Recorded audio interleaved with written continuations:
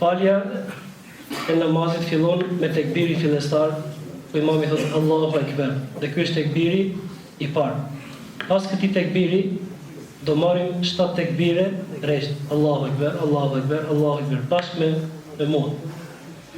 Në rekatin e dytë, pasi imami ka mbaruar leximin e surës Fatiha edhe një sure tjetër, para se të bijmë në ruku, marrim edhe 5 tekbire të tjera.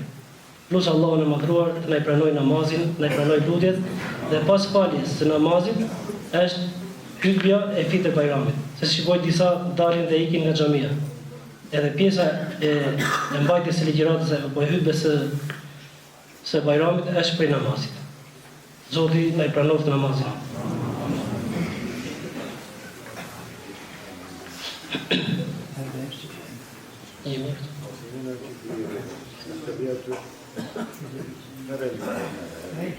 Allahu Ekber.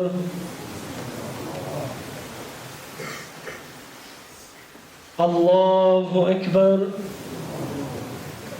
Allahu Ekber. Allahu Ekber. Allahu Ekber. Allahu Ekber. Allahu Ekber. Allahu Ekber. Elhamdulillahi Rabbil Alamin. Ar-Rahmanir Rahim. Maliki Yawmiddin. Iyyaka na'budu wa iyyaka nasta'in. اهدنا الصراط المستقيم صراط الذين أنعمت عليهم غير المغضوب عليهم ولا الضالين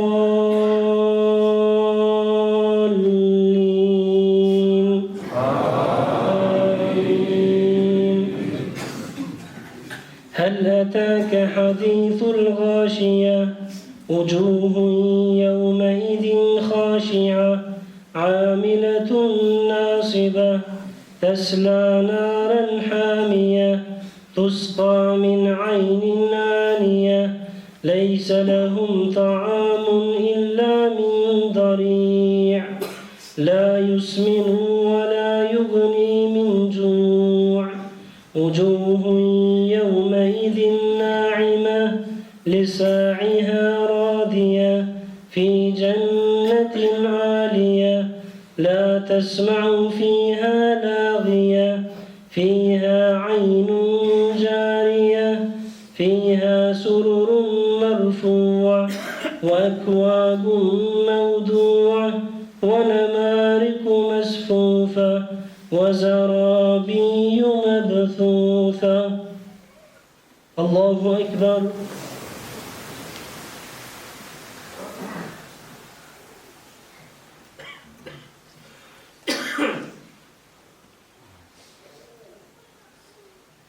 سمع الله لمن حمده.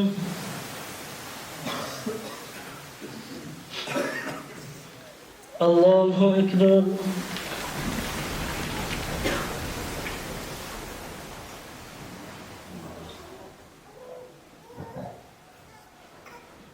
الله أكبر.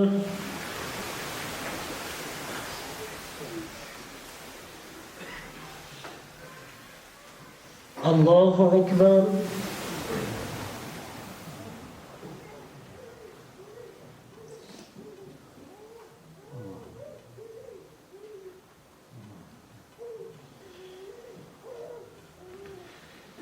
الله أكبر.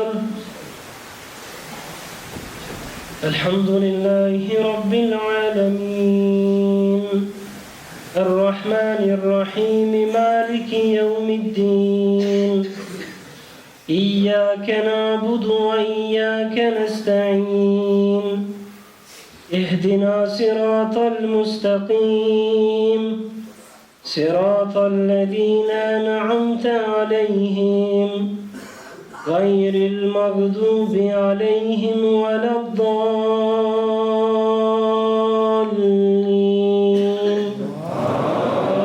آمين.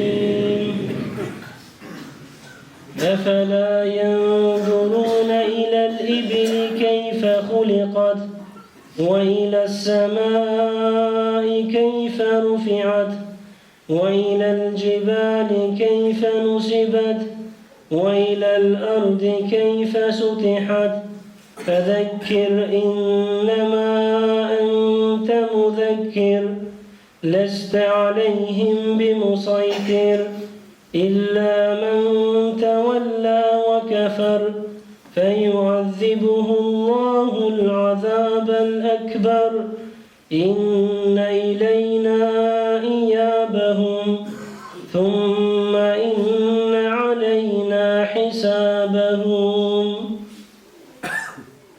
الله أكبر الله أكبر الله أكبر الله أكبر الله أكبر الله أكبر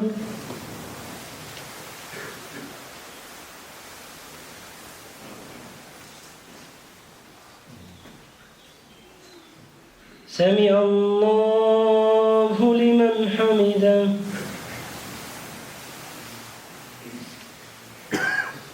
الله أكبر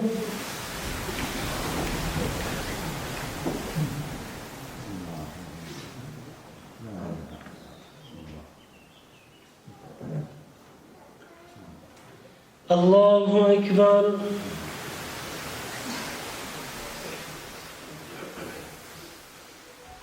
الله أكبر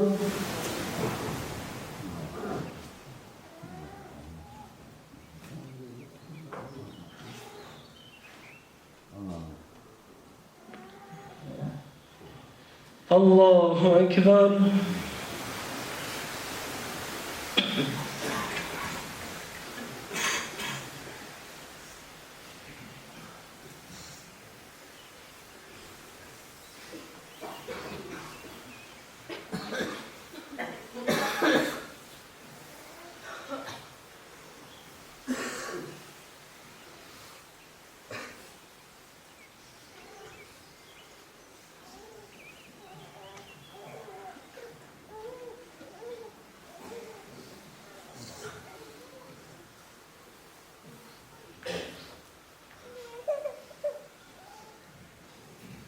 السلام عليكم ورحمة الله السلام عليكم ورحمة الله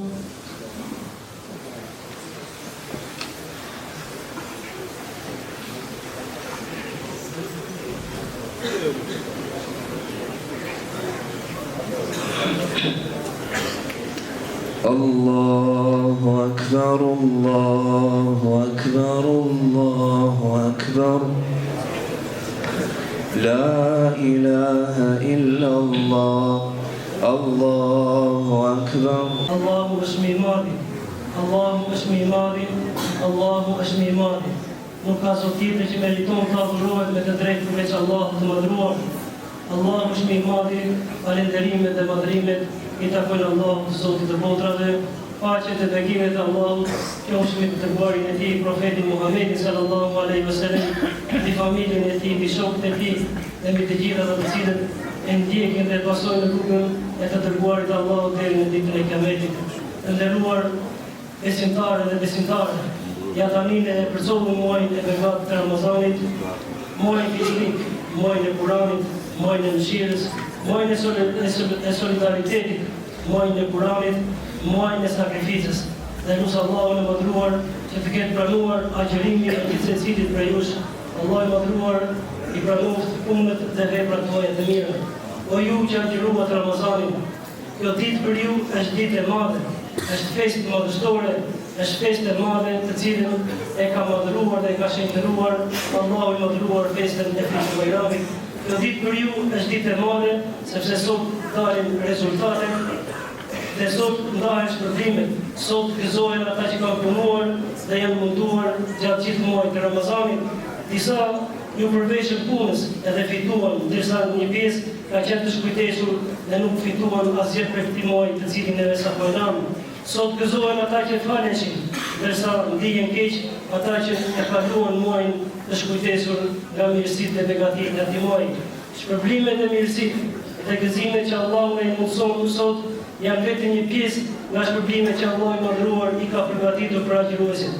Zoti i madhëruar, kur e di se cili prej krijesave meriton mirësinë, dashurinë, njohjen dhe njësimin e tij, ja bën këto gjëra të dashura dhe vendos në rrugën e tyre.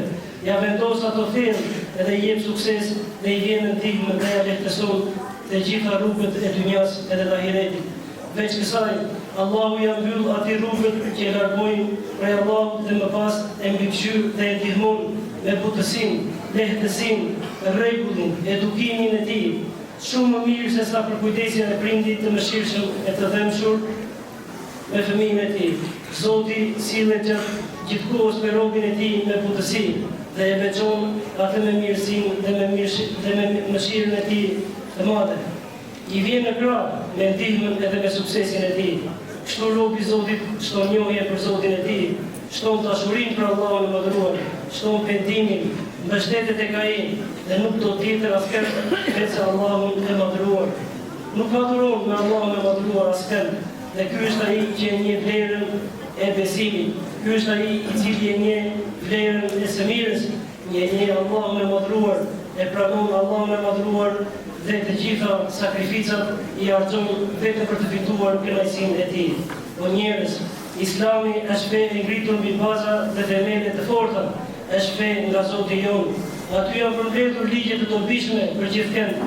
Është fe e plot që i drejtohet logjikës dhe thret njerëzimin për të shpresuar dhe për të pasur frikë dhe respekt ndaj Allahut të madhëruar. Feja islame është fe e qartë, është larg bestytnive, larg gjërave të kota dhe të paqartësive. Feja islame është fe udhëzimi që nuk ka nevojë të vërtetohet me përvoja. Islami është rruga e drejtë.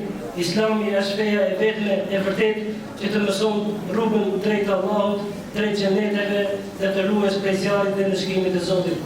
O besimtar të dashur dhe të nderuar, çështja e namazit në Islam është e lartë dhe shumë e madhe.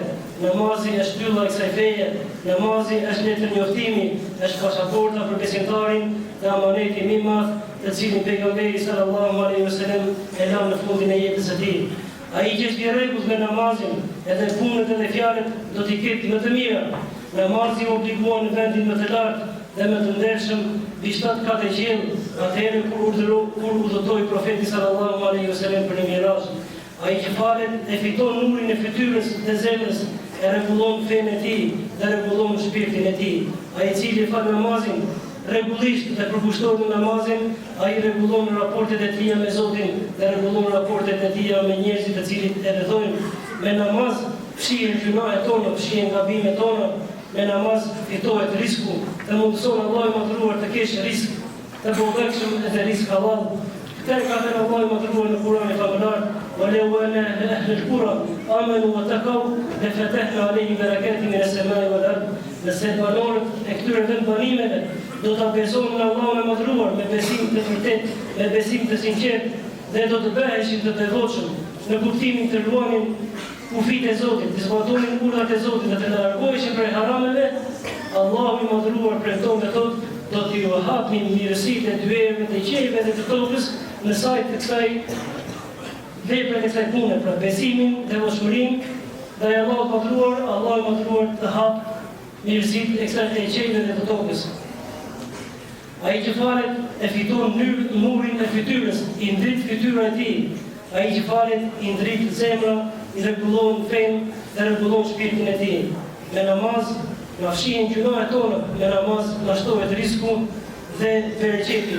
Allahu i madhëruar thotë në Kur'anin e famëlar: "Wa'mur ahlaka bis-salati wastabir 'alayha."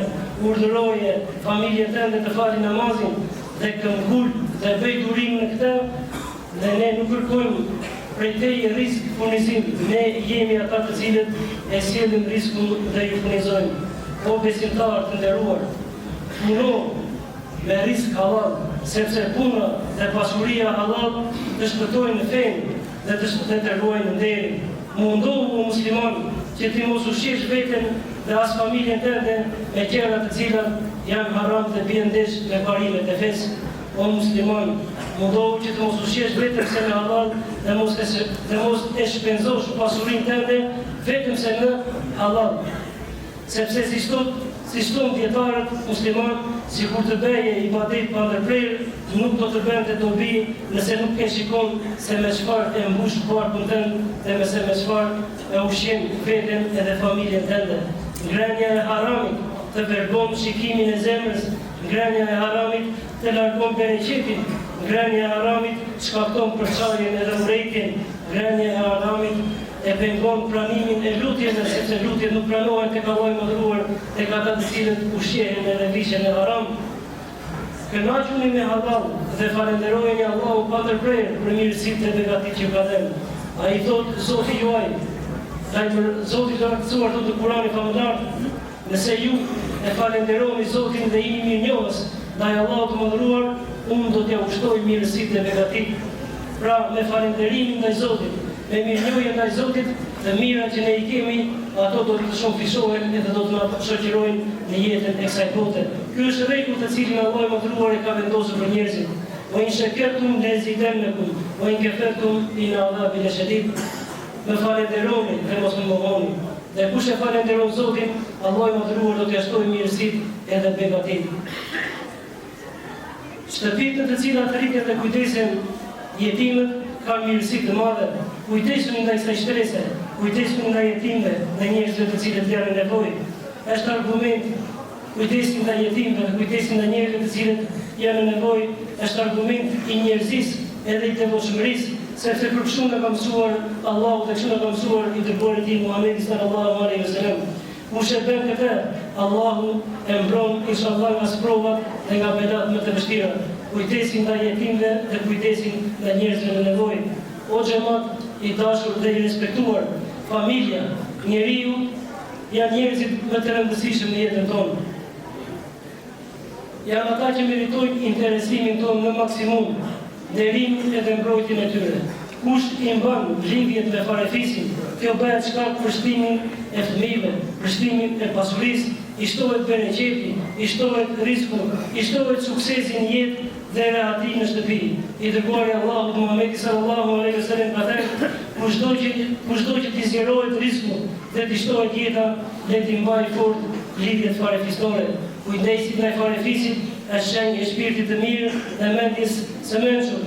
I afërmi i yt është një copë e jotja, nëse ati i bën mirë, i ke bërë vetes tënde mirë, nëse ndaj ti sillesh keq edhe bëhesh kopras, të keqen ja ke bërë vetes sepse ata nuk e ke dëmtuar. Nëse ndaj të afërmëve s'mund të bësh më shumë të mira, atëherë minimumi thuaj atë fjalë të mirë, sepse ato janë nderim i shtëpisë dhe bukurin. Ashtu si ka urdhëruar Allahu i Madhëruar në Kur'an ku thotë: "Wa qulu lin-nasi husna", dhe thuaj njerëzve fjalë të mira. Nëse ti nuk mundesh ti gjendesh farefisin me ndihmë materiale, të paktën mos i dëmto ata me gjuhën tënde në veprat e tua, por vere të zbatim, vere të praktik, këshillën dhe urdhrin e Allahut të Madhëruar i cili thotë: "Dhe thuaj njerëzve fjalë të mira". Dhe kjo nuk do mund dhe nuk do sakrificë, gjuhën e ke të lehtë. Nxjerrë fjalë më të mirë, thuaj fjalë më të ëmbël që të ruash dhe të forcosh lidhjet me farefisin. O xhamati nderuar, le të jetë kjo festë, ky ditë bajrami, nisma jon për të propozur sjelljen e keqe mes farefisit, për të mbyllur fetoret e gabimeve edhe zemrimeve me njëri tjetrin. Përmirësoni sjelljen tuaj duke i vizituar ata me fytyrë të qeshur, vizitojnë ata me sjellje të bukur, me fjalë të mira, duke buzëqeshur dhe me buzëqeshje të sinqerta.